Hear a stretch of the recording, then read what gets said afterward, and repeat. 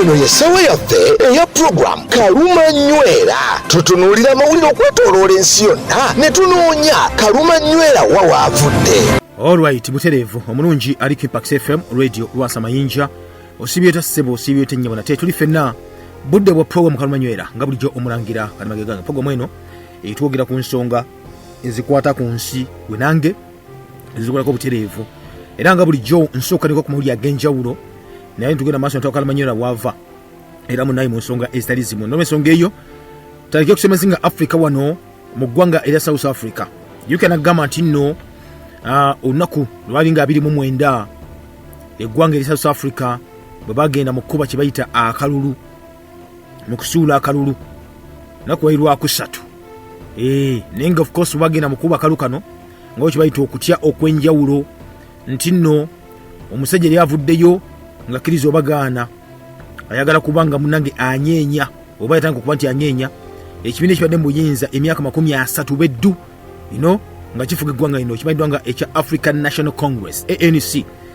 Kakati nno bagenda mu kaseera kano nga of course yali president w'eggwanga lino amanyiddwa nga Jacob Zuma yava n'ateekawo kinakola ekibiina ekikye kimanyiddwa nga Mukonto Wesinziwe MK mwaka guli 2023 ekyali kipya nnyo mwaka gumu mu buyinza kubanga bakitaddewo wone nga kinyenyezza nnyo kye bayita ANC olw'ensonga nti nno Juma gyava KwaZulu Natal bale bagira ANC nga bw'okiwulira akati nno awo twalekanga abantu bakuba akalulu kaabwe nga tulinda era akalulu munnanga atuliza amaze kwandibwa kakuba bulungi nnyo ne kabalibwa mu kubalibwa ebyavudde mu Ghana nga atuliriza biraga nti nno bye nabagamba abantu bali basuubira ebyokuba nti twajja kubaawo ekibiina ekimanyiddwa nga ANC okutwala majority okukola gavumenti tekijja kusoboka era mu Ghana nga atuliza tekyasobose.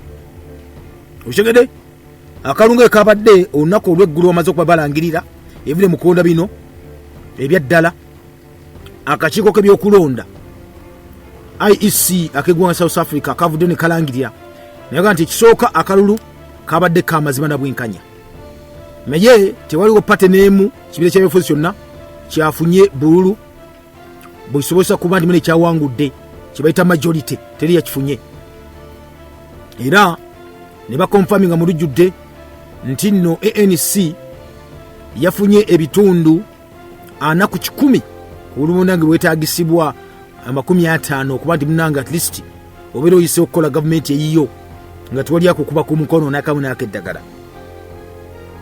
Era mugana nga atuliriza okusinziira ku byavudde mu kulonda bannansi engeri gye balonzeemu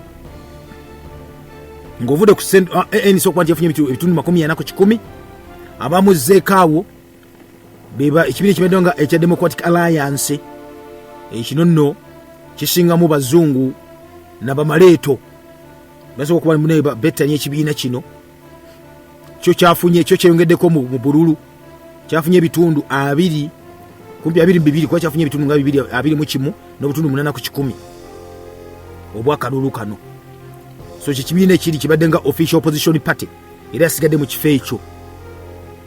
Then owokusatu n'abeerani ku mundi guno mugara nga atuliza si economic freedom fighters nedda ibadde yakusatu buli kaseera ne kuno ate nno yasseemukko nefuna ebitundu 9.1 ku 10 ne bagisembula ebiteeka mu kifo ekyokuna.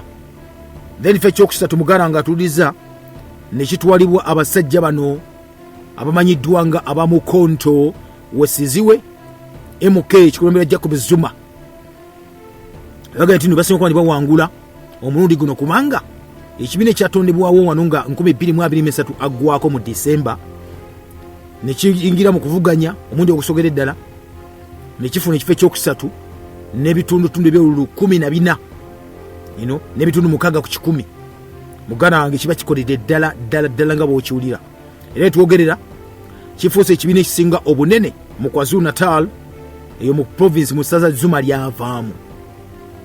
Akati mugana wange ngomaze okulya obululu obwo nga we buli nga bwafulumye butyo ANC terina majority kitegeeza erina okuba nga yesoga kafubo okuno kibayita okola kibayita government ey'ekintabuli coalition government era twogerera akakiiko ebikono kamaze okubankalangirira nti nebiina bino ebyobufuzi birina kati wiikisi 2 zokka okulonda ani agenda okuba omukulembeze ani agenda okuba omukulembeze. kitegeeza kyekyo nti ANC erina okukkiriza emu ku ebyo ebigenda okusabibwa ebiina bino byagala okuba nti bakola kibayita omukago.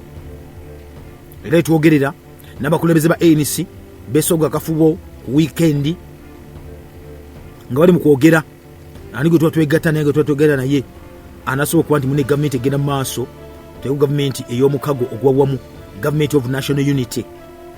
ekika kya gavumenti bwekiti muganda nga tuwuliza ekika kino kyali kibaddewoko that is president yasooka omuddugavu wa South Africa Nelson Mandela we yakola gavumenti ey'ekintabuli kuva mu 1994 paka 97 bwe yali nga ye president, then FW de Klerk nabeera nga ye prime minister era nabeera deputy we nga deputy yali nga deputy president. ate abakulembeze ba party mayiddwa nga Inkatha Freedom Party nabeera kitundu ku cabinet. kati cabinet baya kintabuli bwetyo nga buli party eri represented nga ebirozo biso kwani biyitamu singo bamu netowezeza ebitundu 5 mu kimu ku 10 tusa kola government yo. ekitegeeza nti olina okutuna mu party ez'enjawulo enobawa ebifo ebyenkizo mu cabinet eyo. kati enteseganya ezo muno zituulamu ne mwogerezeganya. kakati era party zirina nazo okuba nga settinga goals zaayo nga ziri kiriya ndi bye twagala kino. kakati jjukira mu South Africa ekiriyo obudde buno baga kibayita economic recovery, kuzza engulu ebyenfuna mu ggwanga lino kubanga ibadde bitasobola bitankanibwa bwe bityo. emirimu gyo gibadde nagyo mitono nnyo. ekyokubiri balina ekizibu ky'enguzi mu institutions mu bitongole ebyenjawulo ebadde nayo munange ekutta akati nga kyekyogerwako buli kaseera. akati awo tegeeza ati nno pate yonna ANC enokukola nayo omukago erina okuba nti eri wiringi okuba nti egonjola ebintu ebyo naye atajjukira egyokubanga ekola ki enafuya oba ejja kubanga eyagala okutereeza ebiremye ANC ngeri mu buyinza emyaka ejja 30. akati wetwogerera kiga nti ANC yaluzinze mu KwaZulu Natal, Gauteng ne Northern Cape. era ng'ekyo mune kyalaze nti obulu buno obaddeyo eyo bwagenze eri Zuma kubanga Zuma ali bamwagala nnyo ate nga gyava mu KwaZulu Natal. akati abamu ku abatunuuliddwa ANC basobola okukola nabo kibayita omukago. ekisookera kibiina ekimanyiddwa nga ekya Democratic Alliance eky'abazungu ne bamaleeto bano bakyeruppe official position babaga nti noffe weetuli tulina tabbu n'akamu n'akeddagala singa mba mutwetaaze naffe byetwetaaga okuba tukola oba twetaaga tuwagalira ddala. okusinza ku Secretary General owa ANC amayiddwa nga Fikire Mbalula yagambye olunaku lw'eggulo nti ANC neteefuteefu okukola gavumenti ey'ekintabuli eneebanga eraga nti buli muntu yenna akiikiriddwa era nga musanyufu. era n'asaba abantu bonna okuba nti basigane bali kamu babiri bakkakkamu. okitegedde mugala wange. era yagambye nti nno abalonzi aba South Africa balaze kye baagala era basuubira kye bateeka okuba ne basuubira mu bakulembeze baabwe. tujja kwongera okuba nti tuli abavunaanyizibwa okulaga nti nno ebigendererwa n'ebyagalwa abantu ba South Africa bituukirirwa. naga nti abateekane n'okuba ne gagobererwa n'okuba nti tubaweereza. akati nno ne batandika banasobola okuba ne bakuba tooki mu kibayita n'enteseganya zigenda mu maaso mu coalition mu bibiina bino ebyobufuzi ebyenjawulo. kati DA Democratic Alliance yo bagamba batya obudde bonna bagenda kubatuula mu meeting n'abakungu waggulu eri balabe options eziriwo ez'okukowa coalition eno. ekisooka Democratic Alliance gigambyeko gega nti yamaanyi nti badde main opponent bo basuubira ekintu kimu partnership egye bakuba nti bakola erina okuba nti ebayamba newankubadde nga bonna ba conservatives bagali bonna bano balina amagezi manyi okubye bayita ebyenfuna basobola okuteesa neki nti enteseganya oba otunudde enteseganya kibiina kiyinza okuba nga kiteerana bano basookerwako bennyini aba Democratic Alliance ne bagaa nti era mu byenfuna babiri mudda basinga ebiina bino ebipya MK oba ne EFF ekyamalema ne okusinza ku polisi ezo zebalina. kakati bage batasoka bogezeganya ne ANC mu mbeera bwe batyo mu kibaita Doomsday Coalition bage nti at least bo batuufu nnyo okuba ndi basooka bakola kibaita omukago ne ANC okusinga EFF ne MK okusinza ku mukulembeze w'ekibiina kino ekya Democratic Alliance amayiddwa nga John Steenhuisen yagambye nti nno nze gwe mulaba nange ndi taata w'abaana basatu ab'obuwala era nga obukadde wa South Africa saagala ko abaana bange nga bakola mu nsi eddukanyizibwa ekibiina nga MK ekyaga kuba nkiwera ssemateeka aliwo abantu gwe balwanirira ne bafiira era bagala kuba bakyusa nekibayita ssemateeka bakyuse ekisonga ekyobulamuzi era nekyakye bagala kuba nti baddira ebintu byonna byetukoze ebyaffe sekinom private property babise mikono gya gavumenti nga ne banka mwogitwalidde so tibakyagala ekyo kiva tino kati Democratic Alliance bali nnyo option esooka okuba kibayita omukago guno kubanga abazungu tebaagala ddala nga bwokiwulira eggwanga kugenda mikono gya Malema oba Jacob Zuma kubanga yo baagala kugoba basajja bano era yagala tino yomu kwebadde mu manifesto zaabwe akati barado timu y'amaanyi egenda okumanjinga talks ezo ne ANC banaanisedda muganda wange nangalo nkwagoyiza okuba nga sijje teguya kuba mwangu negwe mwangu oguliwo oba tatwala ddiirwa ekkiriza obagaana beeko bekitemedde akabazzi mu kugulu akati yo EFF ekyamalema kyagamba kyona kyo weekirimu kuba nti kyagala okuba bakola ki bagokola bakola gavumenti y'ekintabuli naye ekisooka kiri kimu baagala ettaka lyonna eryabbibwa eriri mikono gy'abasajja bano bakyerupe libagibweko nga tebayiriddwa na kuyiririrwa without compensation mukitegede nagaffe tuli open naye bibitwagala naffe betuyagala mukola ki mukola mwaba ANC naga tujja kukola nammwe singa munate muri compromise temuli denguzi Julius Malema tu yagambye ku weekend ye akati no awe tuli abazungu tebamwagalya ddala nagamba nti nno ekisooka ddala abazungu bambagamba tetugenda ku supporting akuwagira kibiina kyakuba nkinyigiriza bizinesi zaffe zonna ez'abazungu tujja kikkiriza ekyo Inkatha Freedom Party ekibiina ekyokutaano ekisinga obunene kyo kyagenda nayo kiri open okuba nakyo bakyogereza AMK yagambye kuli Zuma nti basogenda mu nteeseganya ANC singa Cyril Ramaphosa takomonga president basokutura ku meza ne boogera era bavudde ne bagamba n'okugamba nti nno temwena kumanya nti n'akaluba akabbi ne bakakuttemu ebyaddala era de bateeseza okwekalakaasa ne babalabula ne bakakkana munange emyaka munange bwetyo bweri kakati nno awo wali kye bayita obuzibu mu ggwanga ne South Africa akatulaba kati ebyaddala nga ANC eyinza okukola omukago ne kye bayita Democratic Alliance y'abazungu ne bamaleeto olw'ensonga nno tibagala bennyini kufiirwa bamanyi nti bina ebirala tibawagira n'akamu n'akeddaga bazungu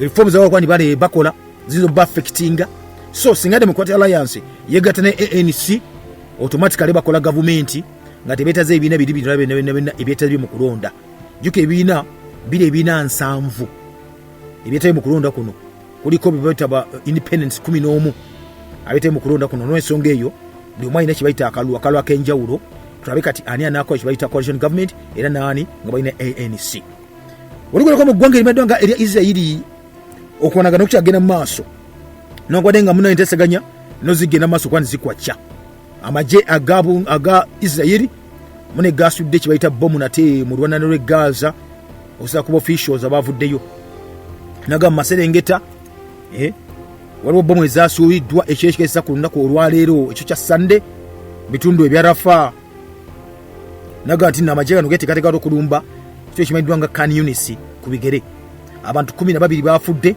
omuli abaana namu n'abakazi mukyo ekikezo olunaku olwaleero balumbye ebibuga 2 ne babikuba ne baswako bomu mu makkati ga Gaza bwennyini bomu bazisudde ku kimu ekimanyiddwa ku refugee camp emanyiddwa nga Air Bridge netta abantu 6 mulambirira kishigira maaso eyo nayo kusedi muganda nga atuliriza akati ntubuuza abasema bali mukwadi munange baogezeganya teganya ziberewo ne atokulumba kukyagenda maaso kwandi ko kyakola ki bakyasuula bbomu ezo. Diru egenda maaso eteekwa ku mmeeza eri nti ya bitu bisatu, pulaani ya fezi 3 n'ambirira. Okumya olutalo, okuwanyisiganya abasibe, n'okujja amagye mu ggwanga erya Gaza, n'okuddamu okuzimba kye bayita Gaza. White House President Biden yagambye nti edusinga amaaso egikkiriza n'ejja bowagira. Kyokka Netanyahu yagamba takkiriza kubanga bateeseganya n'okubanga asobola okumalawo kye bayita Hamas yonna. Kati otubuze munafu atuuliriza Kaluma Nywera avaawa wakati w'Abafirisuuti bayita Palestine n'Abayudaaya bayite Abaisirairi. Okyali mu program Kaluma Nywera.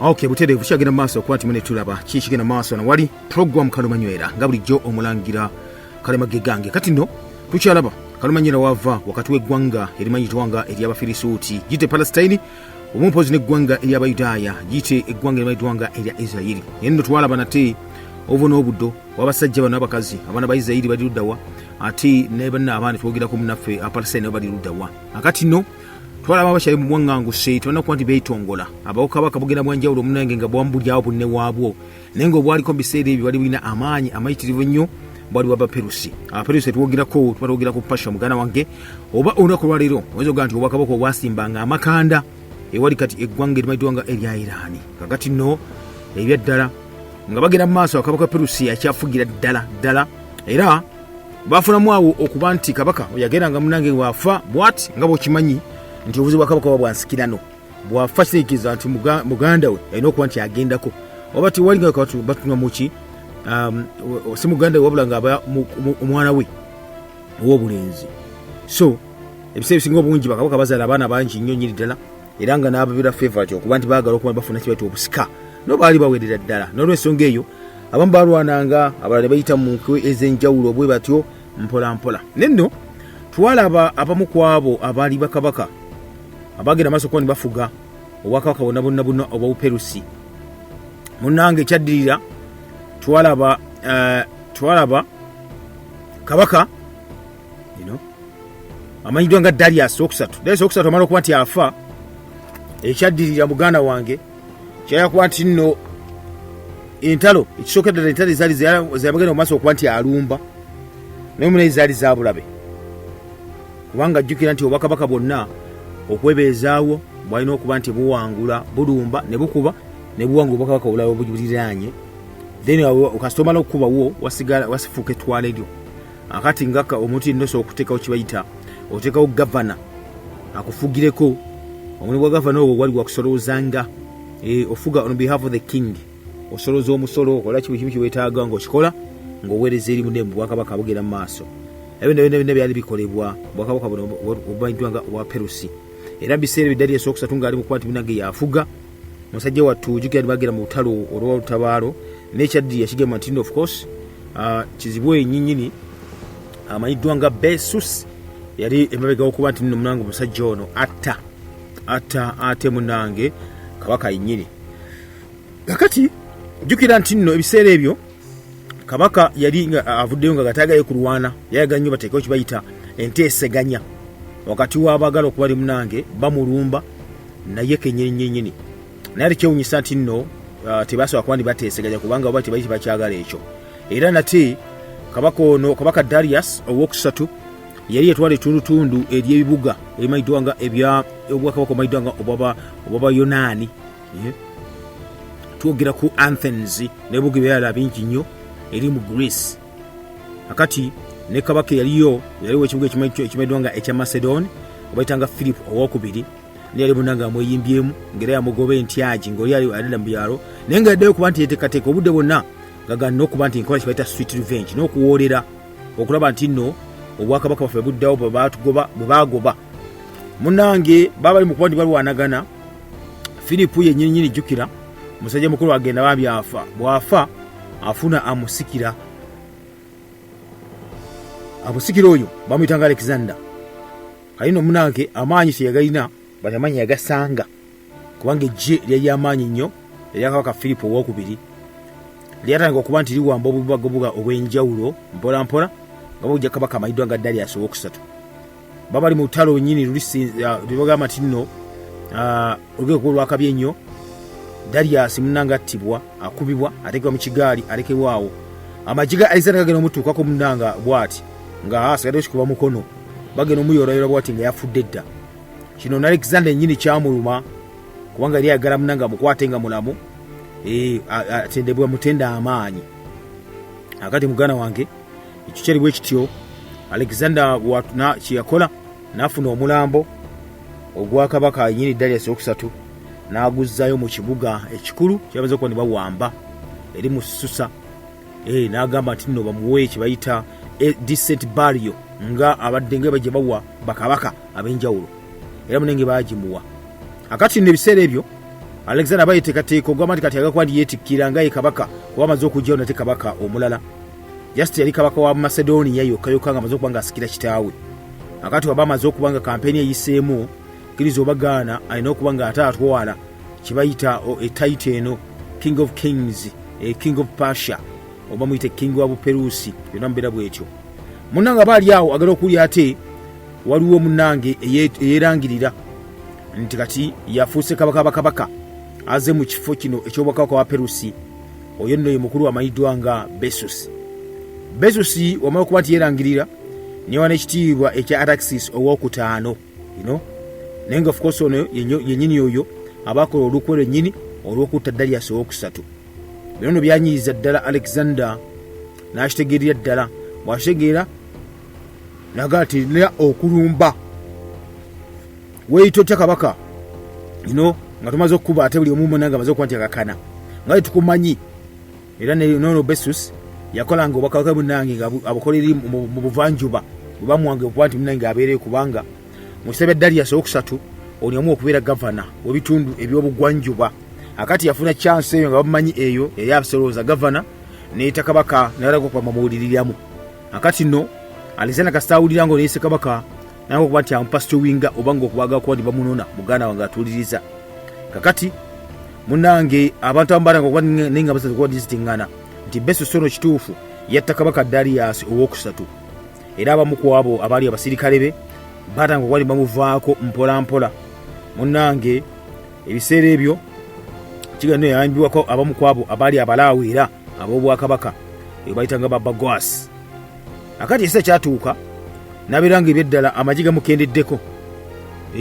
Bamulumba amagye gagamba nti terujja kulwana na musajja mutemeta kabaka ye atuttise munange ku bwereere.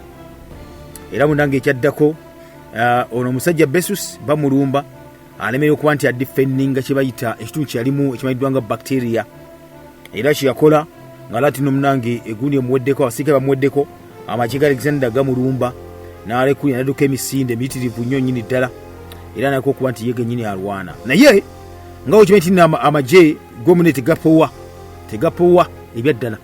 Bagamba Alexander nti omusajja ono yali amaze okuba nti agoba kabaka akayita kabaka Besus adduse neyesoga mu kyoyita mu Hindu obwakabaka bwa Hindu Hindu Kush.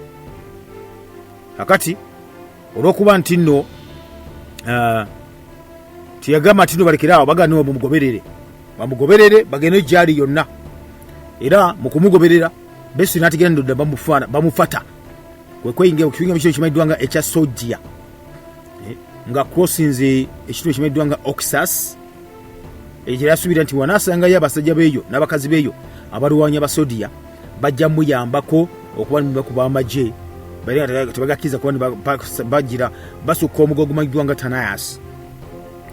Kigamba nafe atuiza nalwana ng'alina abamu kwa bacteria bamuyambako akati n'ennyo si bonna nti bamuyamba. Akati Alexander Juka yamaze okukwatibwa olutalo ku kitundu ekimanyiddwa nga ekyaggwanga Mera. Oyo yawulira kabaka amanyiddwa nga Darius oba mukwano okwo kwaliwo bwe kutyo. Akati nno mu kaseera ako agamba nti nno alina okukwatibwa kkiriza oba gaana. Bw'abanga yatta kabaka Darius alina okukwatibwa ensi emulabe. Munnange abantu abamu batanga okukwata ebyaddala bawanikira ddala. Besus ono bwadduka agamba bannansi byasangayo nti bamuyambeko. Mune ekyo baakola bo nga bo ne bagamba nti omusajja ono ajja kubeera threat gye tuli azze mu bwakabaka bwaffe agaata omuyambe. Ekirya kigenda kubeera ki? Omusajja agenda kuva ino obusungu bwe amanyiddwa nga Alexander agenda ffe atusaanyeewo munnange biseera ebyo bali kino ekibayiddwa nga ekyanotaka. Besusolo n'akwatibwa n'abamu ku basajja abasirikale ababe abasodiya, era nga munnange mu kumukwata ne bamutwala bulungi nnyo n'omu amagye aga Macedonia agali gakulemberwamu Alexander munnange. So mu kumuwaayo bamutwala ku kyalo kwennyini gye yasabye kuba nti yayambibwa, oba neeri gye yava gyetoloka Darius gye yalinga naye ava. Mune kumutwala ku kyalo eyo ekyaddirira amagye gamukwata bulungi nnyo aga Macedonia gakulembedde awamu General amayiddwa nga Ptolemy, era ono yali ng'agendera ku biragiro ebya Alexander. Bamala omukwata ne bamukwata bulungi nnyo nga tali mu ngoye, ne bamusibako enjegere, nasooka bamutwala mu maaso g'abantu nga bwe kyali, bamusabula mu kibooko ng'ensi eraba, ne bamusalako emikono, ne bamusalako nate ennyindo, bamusalako amatu n'ennyindo, bamala omusalako nga kalombo mu ekaali munanga ak'omupeperusi okuwa ekibonezebwa ekyo kibeera. Then akwatibwa talina nnyindo, talina matu, n'atwalibwa bulungi ali bwereere, n'asindikibwa mu Ekobaana ey'amagye aga Macedonia alimu n'egye gamutirimbulira ne bamutta. Era kuno okuttibwa kwe waliwo mu maaso ge that is muganda waani wa kabaka Darius owokusatu gwe bayitanga Osiris, kubanga yakitegeera nno ddala yaliwo, yakitegeera nti nno ono yatta muganda waabwe. Ayino kyamusanyusa nnyo okuba nti waali ng'alabye ddala nti omusajja yatta muganda we kabaka ne munanga attiddwa mu lujjudde lw'abantu bonna. Akati nno Alexander amala okuba nti atta, kitegeeza nti obwakabaka bwe oba ekiyata kuba nti yenywereza mu kibayita obuyinza buno. Otegeeza munaffe atuliza Alexander ate yaani, ye ajja atya okuba nti kino munanga akirina ku sayidi eno.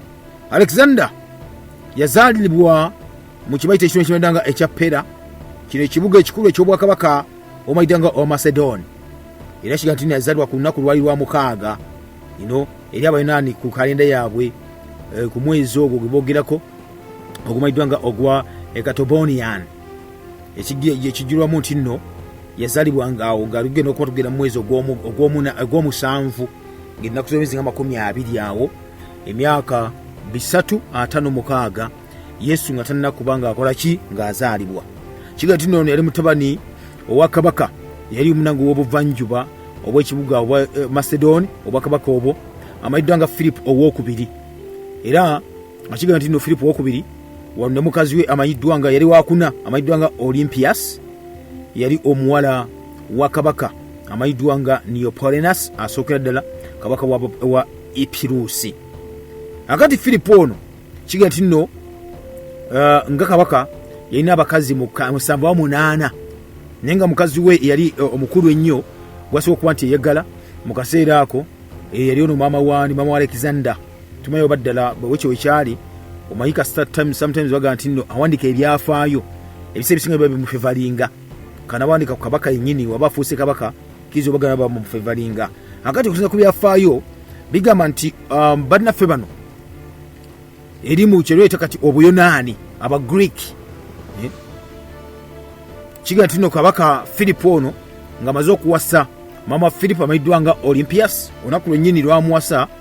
Kiga nti nno mama Philip ono ngega nti nebyafaayo ebiseera ebisinga obungi bifivalinga abawandiise mbu ekyo kyembaga yennyini agenda okuwulya kibayita olubuto munda mu lubuto ngalinga oluguddemukko bbomu, mbwera mulinga omuli omuliro ogwali gumwokya nga gumulaga gumunenga gwali gumutta gumusaanyeewo. Era kigambibwa nti nno ne ku kiro kyennyini ekyembaga, ng'embaga yakabaawo, nti Philip yafuna ekirooto ng'alaba nti ali mu kutaasa olubuto lwa mukyala we, ng'era mu kulutaasa yali akutte ekifaananyi eky'ensolo ezimu kwesinga amaanyi mu nsi yonna eky'empologoma. Kaka kigambibwa nti nno of course ebirooto byonna ebyo byali biraga nti nno Olympias yali lubuto, oba oliawo nga talina kuba nga afumbirwa n'okufumbirwa. Era nga kiga nti nno okusiringa oba okulaga olubuto lw'eddala nti mweruli, abamu bagamba nti nno maybe enza n'okuba nga kitaawe wa Alexander ono yali Zeus, katonda ono oba Greek, mayinza okuba teyali Philip yennyini olw'ebyafaayo byaliwo, naye yali njogera eyo. Akati kigambe omunafu atuliza nti Alexander ono azaalibwa mu mbeera yali y'amaanyi nnyo nnyini ddala kubanga nti nno mukazi wa Filipo amugamba nti nno mpulira olubuto lujja ne lulina amaanyi ag'ekitalo munebeerawo bityo. Olunaku Alexander lwazaalibwa kigambe kabaka Filipo ono yali mukuba ng'ateekateeka nate okulumba ekibuga ekimanyiddwa nga Potirea ku mabbali ag'ekitalo ekimanyiddwa nga ekya Chaldaeus. Olunaku lwennyini olwe lumu kigatira Filipo yafuna nate amawulire nti genero we amanyiddwa nga Famenion yamaze okuba nti ate munanga awangula amagye agaali agamagatte ag'obwakabaka amanyiddwa nga obwa Pioneer mpozi ne Iliani, era nti amagye ge yamaze okuba nti gakoze ekyamagero ne gakuba amagye gano agali amagatte gamawanga amagatte, era okola nti no gawangudde gamuletera endogoyi ez'enjawulo. Era mu kaseera kennyini ako kiganoga nti nno yali yennyini nga Filipo yali asindiseyo n'endogoyi mu mizannyo gya Olympics egyazanyibwanga bana ba Greek, era ne bamutuusa amawulire gennyini bamugamba n'endogoyi zo ze wasindise mu mizannyo zaali ziwangudde. So naga nti ku lunaku lwennyini lwazaalirako okwo yafuna ebyamagero byali biyitirivu nnyo nnyini ddala. Era si ku lunaku olwo mbu waliwo yeekaalu emanyiddwa nga Artemis emu ku ezo tugamba nti nno olunaku lwaleero ebimu ku byafaayo ebyewuunyo ebikyaliwo 7 wonders of the world nti yamaze okuba nti esaanyizibwawo ng'eyaka ekutta omuliro. Era munnange kwe kuva ne bateekawo n'enjogera yagambanga nti tempo oba yeekaalu esaanyeewo olw'ensonga nti nno Artemis era avuddewo nga taliiwo, mbu yali agenze kulaba kye bayita amazaalibwa aga Alexander. So muganda wange atuuliriza ebintu bwe bityo kasobolya enjogera bwetyo nga we nagambye nti ebiseera ebisinga obungi ebyafaayo bife balinga oyo aba awandiise mu mbeera bwetyo, kubanga bagambibwa nti nno Artemis owulyanga Artemis kitegeeza nti oyo abeera katonda omukazi ow'ebisolo by'omu nsiko, era katonda w'okuyigga, katonda w'okuba nti nno era katonda akwatibwako ne ku baana abato abazaalibwa. Era bamuyitanga Artemis erimba Greek. Ono kigenda nno yali muwala waani wa Zeus, kabaka katonda Zeus wamu ne Leto, era nga Leto yali twin sister waani wa Apollo. Bonna bali bakatonda. Munnanga atuuliriza akigamba nti nno olubiri oba yeekaalu ekwata omuliro Artemis olw'ensonga nti oyo kaba katonda mbonga okimanyi nti katonda waaki wagye tuyita bannaffe bano Abagreek nga Babenaani baga nti katonda wa childbirth oba katonda w'abaana abato abazaalibwa. Kakati nno nti olubiri lw'okutta omuliro oba tempo ye ekutta omuliro olw'ensonga nti yali agenze okuba nti abeera ku mazaalibwa gonna Alexander ewaabwe gye bamuzaalira. Akati nno eno ngejjogera n'eri awo nga we nagambe naye sometimes nyinza okubeera nga tobikkiriza olw'ensonga nti nno awandika ebyafaayo alina okuba nga ne munnange yeeteekawo ku sayidi eyo olw'ensonga nti Alexander bw'abanga afuuse kabaka akkiriza oba gaana balina okuba nti ebyafaayo bimufevalinga okuba nti ne munnange yayitamu mu mbeera bwetyo. Akati nekyaddirira kyekyakuba nti nno Alexander ono gwe twogerako mu myaka gye nga amaze okuba nti azaalibwa ng'omwana omuto muganda wange kigambibwa nti nno yakuzibwa ne Nansi gwe babayitanga Lanike. Lanike ono yali sister oba yali muganda wa Alexander wa general Alexander gwe bayitanga Selatus the Black. Era mbuto bwe kiga nti noono era okuba nti asomesebwa ebyenjawulo, era nga omukwaba bamusomesanga omusajja gwe bagambanga yatabunyikwamu amanyiddwa nga Leonidas. Ono yali naye wa Luganda olwa Alexander wa mama Alexander era nga tiyali yekka, bamussako n'omulala amanyiddwa nga Lysimas owa Akanania. Alexander balinga yakuzibwa ng'omulangira ennyini, era mu Macedonia obwakabaka nga bwali. So abaana oba balangira nga bakuzeyo batyo yayiga okusoma, nayiga okuzannya, nayiga okusuna entongooli, nayiga okuvuga, nayiga okulwana wamu n'okuyigga. Era munenga ebyo bwe bityo ebyali ebyensoma ezedda n'ez'abaana b'obwakabaka. Era Alexander we yaweza emyaka 10 egy'obukulu waliwo omusajja omusuubuzi okuva mu kyo kimanyiddwa nga etaseera yaleetera kitaawe Philip endogoyi. Bwagimuleetera naga yagenda kuba nti agigula, ng'agigula dinaali zaalinga 13. N'endogoyi bwe bamala okuba nti bagigula bati negaana okugirinnya okugisimbula. Era Philip ekulagira nti waganye bagitwale tajja kuba nti agikola ki agyetaaga. Alexander ku myaka emito gye yaliko naga nti mulindeeko gitwala. Ye n'agiraba n'alaba nti embalaasi eno yali etidde, endogoyi neetidde kibayita ekisiikirize kyayo. Akati n'asaba nti kagiteeminge ajja kugiwala mpola. Era kyeyakola n'agijja wali ekisiikirize nekkiriza munange okuliwa ng'asooka nti agirinnya. Era mu girinnya mu kiseera ekyo Philip yasanyuka nnyo nnyini ddala. Naga nti omwana omuto ku myaka 10 bwe giti, mwana alina obuvumu bannange, najja munanyongerako ku kyenyaawo nga n'amaziga gamuyitamu ng'asanyuse nnyo nnyini ddala. Era ku kaseera kenyini alangirira naga nti my boy omutabani owange weetaaga okufuna obwakabaka obunene nnyo, kubanga ebigendwa byo binene nnyo nnyini ddala. Masedoni ntono nnyo ku ggwe. Era kyeyakola n'agula endogoyi eyo n'agimugulira, naga nno yiyo ngikugulidde. Era Alexander kyeyakola endogoyi n'agituuma erinnya bagitanga Bucephalus, ekitegeeza nti erina omutwe nga gulinga ogw'ente zino ennume ezirima ez'amaanyi ennyo ddala. Era kiga nti eno Bucephalus yalinga okuba nga endogoyi ya Alexander nga yemutambuza onawayo okuba nti atambula, era nga yemutambuza paka mu India, paka mu India, era nga gyatambulirako paka we yatuuka kuba nti efa ku myaka emikulu, emyaka 30 egy'obukulu. Era Alexander weyafa weyatuuka ekiseera nga munanga afuuse kabaka n'akituuma, weyafiiraawo mu kitundu ekiyamutwalamu ekibuga mu India ekimanyiddwa nga Bucephara. Era naye n'agituuma ekitundu ekyo nnyini, n'akituuma n'akibbulamu erinnya ly'endogoyi ye. Munanga Alexander weyawuza emyaka 13 egy'obukulu, era nga okubanga munange bamunoonyeza, Philip nga amunoonyeza agenda omubangula mu bintu ebyenjawulo alinga Tura. Era wano yanga okutunira nate abasajja bali abagezi bakagezi munnyo mu byensoma, omwali Isocrates, omwali Spespas. Era ekyadiraga matino yalina okuba nga ayinga mu kye bayita essomero ery'okuba ndi muyambako kumubangula. Era mu kumaliriza Philip yalonda Aristotle okuba nti munagenda okuba nti akola ki ayambako oba okutraining okutendeka mutabani we. Era kyeyakola Aristotle kwefuna kye bayita temple emanyiddwa nga eya Nymphs wali mu Meiza, naga nti okuba nga ekibiina kyebakuba basomesezaamu Alexander. Era mu kyaddirira Aristotle nga akkiriza okuba nti asomesa Alexander, ne Philip yagamba mu kumuwanga ekirabo namugamba ngenda kuba nti nkuddizaawo oba mbadizaawo tawuni yamwe gye nakuba n'empamba n'enjokya emanyiddwa nga eya Stageria gye wali ova Aristotle.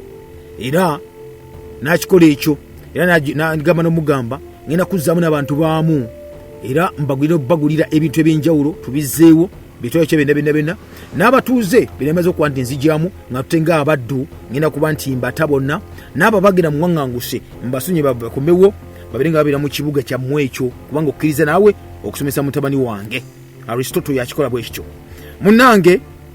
Era kigambibwa yakusiima kali Meiza oba tempe eyo eri ku Meiza yafuuka essomero nyinyini ery'ekisulo eri Alexander mwe yasulanga era mwe yakola ki mwe baalinga. Era tiyalinga yekka, bamugattako abaana abalala, abaana ab'obulangira abalangira abalala oba balinga kye bayita royal banobles ab'enjawulo nga Toemi. Toemi ono naye kiga naye yasomanga ne Alexander. Kwaliko Esphastonion, kwaliko Kasanda. Bano bonna baali bwe batyo ba students abaali ababagagga ennyonyi banyibiyonkondo ab'omu bwakabaka buno wa Macedoni. Akati nga ba students oba nga abasomi bafuuka mikwano gya Alexander. Era mu biseera eby'omu maaso nga Alexander alimu atafuza okuba nti alwana, bano abasinga obungi basoma naye bafuuka ba generals, abalwanyi namigge ababe benyinyini. Era bano bonna yalanga nga ennyini okubanga abayita ba companions, abanywanyi nga baloya bayita ba land flames, agano nabano bayitanga ba companions abasomanga ne Alexander. Aristotle kigambibwa yasomesa Alexander wamu ne banywanyi be bonna ba companions ebikwata ku ddagala, ebikwata ku byafaayo, ebikwata ku mpisa, ebikwata ku ddiini, ebikwata ku magezi aga bulijjo n'amagezi amazaale n'amagezi ag'okuyiya obuyiiya, kiyite nga logic.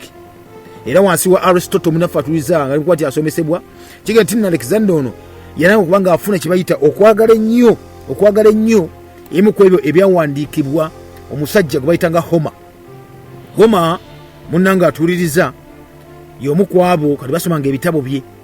Homer yuno y'omu ku abo ba authors abawandiisi abaali ab'amaanyi ennyo. In fact Homer ono atwalibwanga omusajja omuzungu, the first European yasooka okuwandiika ekitabo era ng'ekimu ku ekyo kisobola okuba nti awandiika ennyo nnyini ddala.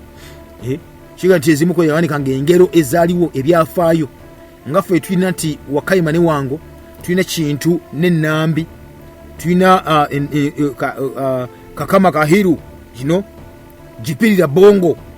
Kakati ezikwezo epic poems ezedda ebyalingawo ku ebyedda batugamba ebyanyumyanga edda, onomu ku abasajja babiwandiika era ng'ekimu ku ekiri so common abamu kye bamanyi ennyo nnyini ddala kyawandiika era ekyakwata ennyo omubabiro omusajja ono amanyiddwa nga Alexander Homer kyawandiika bakitanga ekitabo ekyo bakitanga the Iliad.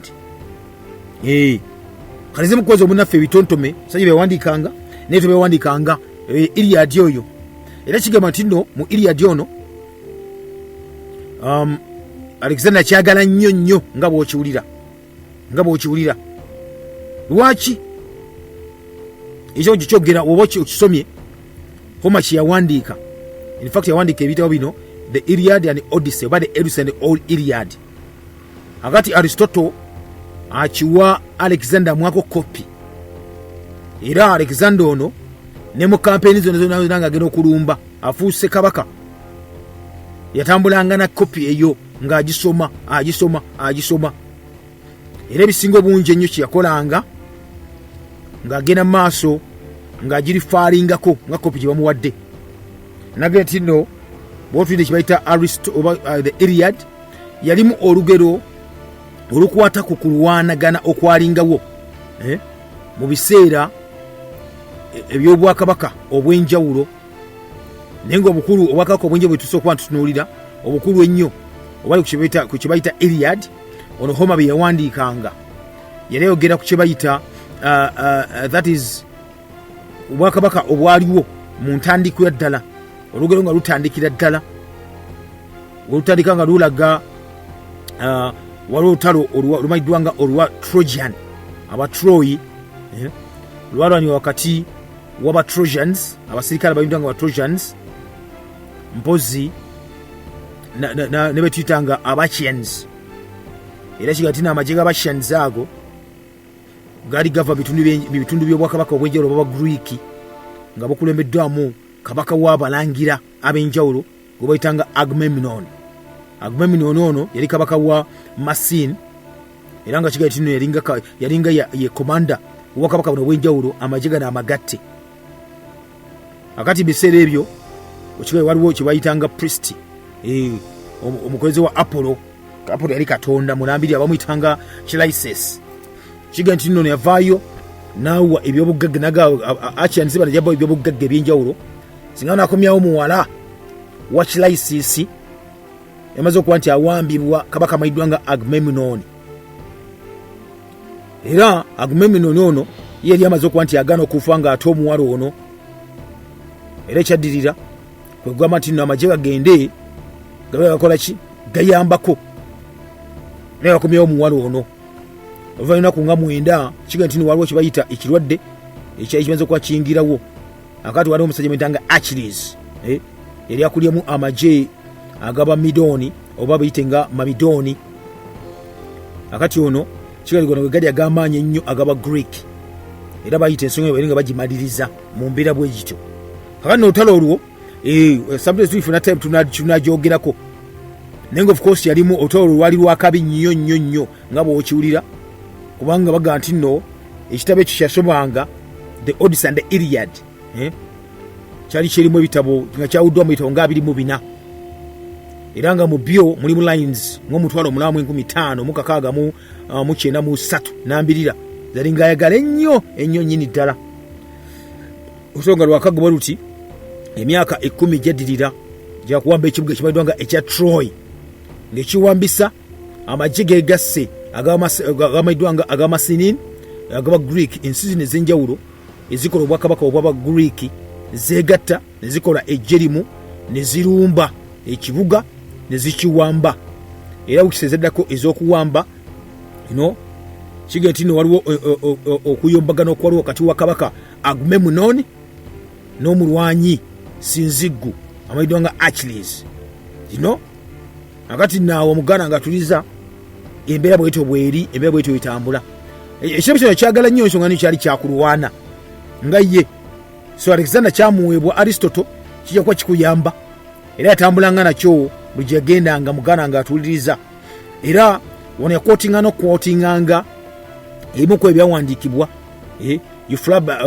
bamuyitanga Euripides omu ku bagamba nti nno yali amanyiddwa ennyo nnyini ddala mu kuwanika bayita emizannyo egy'enjawulo that mu kalica y'abannaffe bano aba Greek nga alina emizannyo nga kwegyo nga kyenda ze yawandiika 19 gikyaliwo n'olunaku lwaleero agati yasomeranga ddala nga Aristotle yamuwa munange ebyokusoma bino gwe munaffe atuliza mu buvubuka bwe Alexander atandikira ddala munange okuba nga akola ki amanya engeri obwakabaka wa Perusi gye balinga amaze okuba nti bukola ki budduse bageze mu exile muwaŋŋanguse nti kabaka kitaawe yatala muwaŋŋanguse era abamu ku abo bali bambu muwaŋŋanguse babayitanga ne mu kooti y'omu Macedonia era abamu bafunanga okusonyiyibwa okuva ekitaawe Filipo II okuba n'emyaka n'emyaka olw'ensonga nti baamuyambangako okwopozinga Artaxerxes mu wokusatu biseebyo ng'akyafuga kati babakwatanga ne bagaa nti twakuyambako ssebo nga abasonyiwa kati Alexander abitegeera era mu abo abayasonyibwanga mwalimu Atabasos II ne muwala we amayiddwa nga Basini kiga nti era ono yafuuka mistress wa Alexander mu maaso eyo kubanga abayiberanga mu kitundu kimayiddwa nga ekya Macedonia era mu biseera ebyo okuva mu 352 paka 342 BC era kigabana okugambibwa nti waliwo n'omusajja bamuyitanga Aminipas ono yali gavana yayambako okuba gavana wa Alexander mu biseera ebyo yali mu Perusi mpozi n'abamu ku abo kati nga abakungu abali abagagga ab'omu Perusi amayiddwa nga Sesines bano basonyibwa era kigamba nti no bano okuba nti basonyiddwa ate nga bali bakulu kyeyambako nnyo okuba nti babeera mu kye bayita olubiri olwa Macedoni era bayambako okuba nti munange babangula Alexander ono mu bintu ebimu ebyenjawulo n'okuba nti baleese bita management ey'obwakabaka buno owa Macedonia era okusinziza nga bwe kyali munaffe atuliriza ku myaka 16 egy'obukulu Alexander ng'ali mu kusoma wansi wa Aristotle okusoma kukomekkerezebwa bamuggyako engalo akuze amanye okulwana awo no mu biseera ebyo Filipo II waggulirawo nate olutalo kuba naffe amayiddwa nga Abathracians mu mambuka era wagenda mu mambuka aleka Alexander wamu najje yamaze okuba nti amukwasa nti nabaga nti musigale wano mbere nga munfugirako ekitundu kino era abaleka emabega wamu nejje limukuumira ddala bwogeze eri mu kibayita Thracians bano yagala okuba nti munange Afuna abamu kuba muna akatundutundu akaba Greek Abayunaani abali babeera mu bitundu ebyomumambuka bitenga mu saidi ya Take olunaku olwaleero era nga bali bagala okuba nti beekutulamu abamu badduka paka mu kitundu ekimayiddwa nga Bulgaria olunaku olwaleero akati Filipo nga taliiwo munaffe atuliriza abamu ku abo ab'ekika kino ekimayiddwa nga ekya Thracian eri Mayedi bagenda maaso ne balwanagana bulungi nnyo nga balwanira amagye gano gamayiddwa nga aga Macedonia.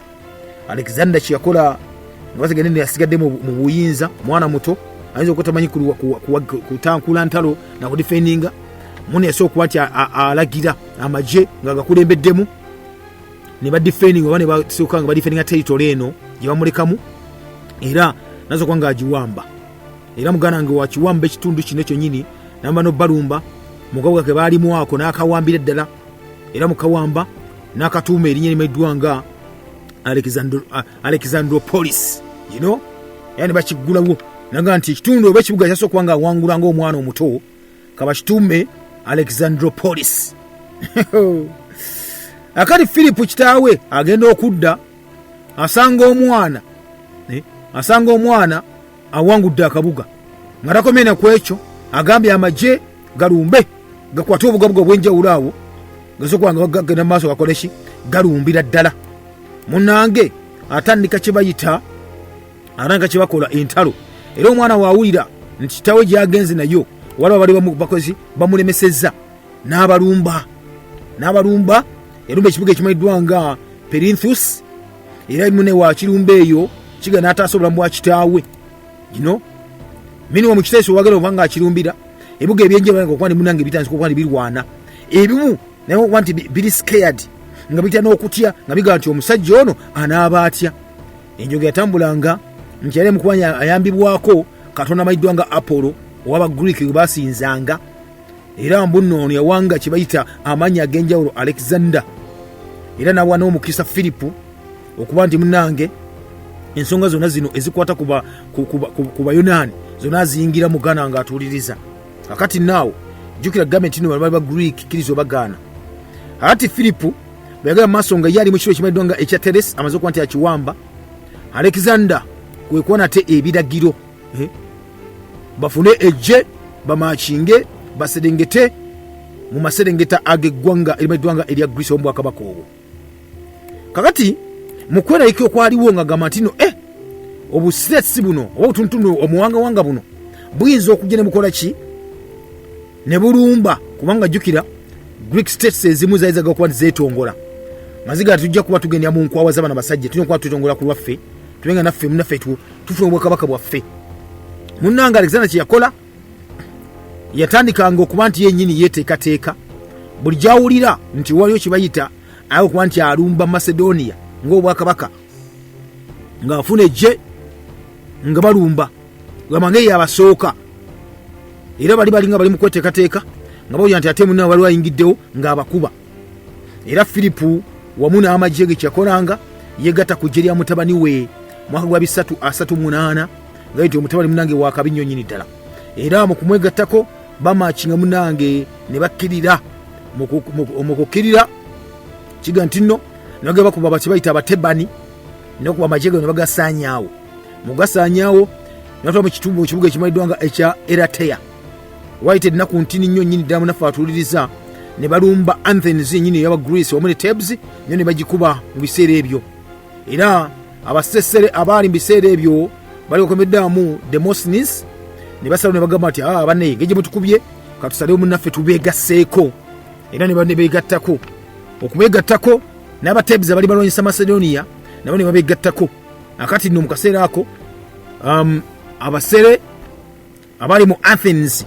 wamu ne Philipu ne basindika embassy z'enjawulo okuba nti munange bagenda bagamba nti nno buli obawangulanga batekawo kibayita gavana okuba nti afuga gavana kubanga yafuga era Philipu kyeyakola wamu n'abajeege ne bamakinga baga bakapushalinga ebyenjawulo nafuna abamashinaries ab'enjawulo n'abasindika mitundu ebinyewo gye batakuba ni bagenda okuba batuuka bamashinaries bakola omulimu gw'ettendo nga bano bawanika buwanisi era Philipu n'abeera muni nga ayisa mu jjenje kkalu okuwamba ebibuga ebyenjawulo bwe bityo era Philipu ng'amaze okuba nga akitegera ekyo akoma mu kiro ekimanyiddwa nga Eratia n'asinga kye bayita ejje ery'okuteekateeka emirembe mu Athens wamu ne Thebes era munange wakikola ekyo laba ne babigaana babigaana okuzza emirembe n'afuna amajeege n'akali katuserengete munange afuna amaje aserengeta olaba aserengeta abalabe be ne bamuteega muganda wange kino ekimanyiddwa nga ekya Boatia era mu biseera ebyo nga bali mu lutalo balwanagana Philipu n'akomaninga ekibinja eky'omukono ogwa kkono okwa ddyo then Alexander ekibinja ku mukono ogwa kkono ne balumba nasooka bagattibwako nate bajenerali abayinjawulo ennyo abaali bassaamu ekitiibwa ennyo Philipu ono munnanga okusinza ku byafaayo mu kaseera ako olutalo lwali lw'amaanyi nnyo saidi zonna zagenda maaso ne zirwana era Philipu amagye gaamusukkako gye yali yamaze okuba nti akola awondera n'agalagira okuddako emabega n'agagaleka emabega tegajja kuba galumba obusajja buno obusajja bwali w'amaanyi nnyo nnyini ddala era mu kudda emabega obusajja banange okuba nti ate bubagoberera Alexander kigambibwa ye ate gye yali amaze okuba nti ayita eri mu Batebani ye ayitamu bw'ayitamu bajja ba Philipu bamugoberera naye ngege nti no of course ye amagye ga Philipu bali maze okuba ne bagakuba go Philipu agalagira nti bwe musazeewo okuba ndi mugoberera Alexander mwongedde mugende mu maaso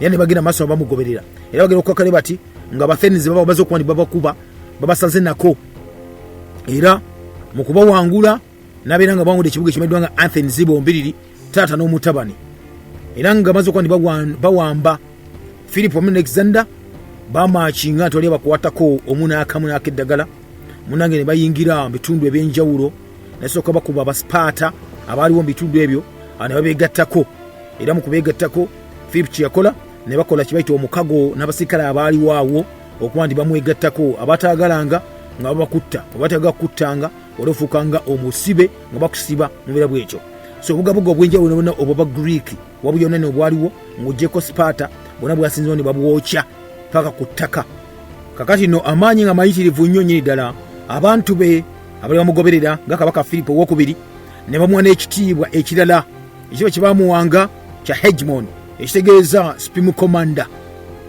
omukulembeze ow'oku ntikko asukkulumye embalala bonna era mu ligimu yali omwo nga yekaka yalimu munnange atuwuliriza naga ati nno kati afuuse kye bayita ligi y'abakolisaayi ono yagikulira era amala okuba bamuwa munange obuyinza obwo n'alangirira butereevu ng'ensi nenewulira ndesera kali katuuse kati baberenga bananula ku bigere baberenga bava mu bwakabaka balimu obw'obuyonaani balumbe kye bayita obwakabaka obw'obuperusi mugana wange atuwuliriza balumbe ki obwakabaka obuperusi awuliriza munnange kye kyaddirira bamaze okuba balangirire batyo abagreek bayita abayonaani bakuba nti balumba abaperusi mu mbeera bwetyo jukira abaperusi be bali wansi batwala n'obwakabaka bonna obwa Isirayiri sako obwakabaka obw'enjawulo bonna obwa Babyloni era bayita ba king of kings bayita the great bano bange lukondi bagakola babalumba kyekyaddiya muganda nga atuliza obudde bwatusalako nga kuba mbeebaza bebaza okuba tubadde ffenna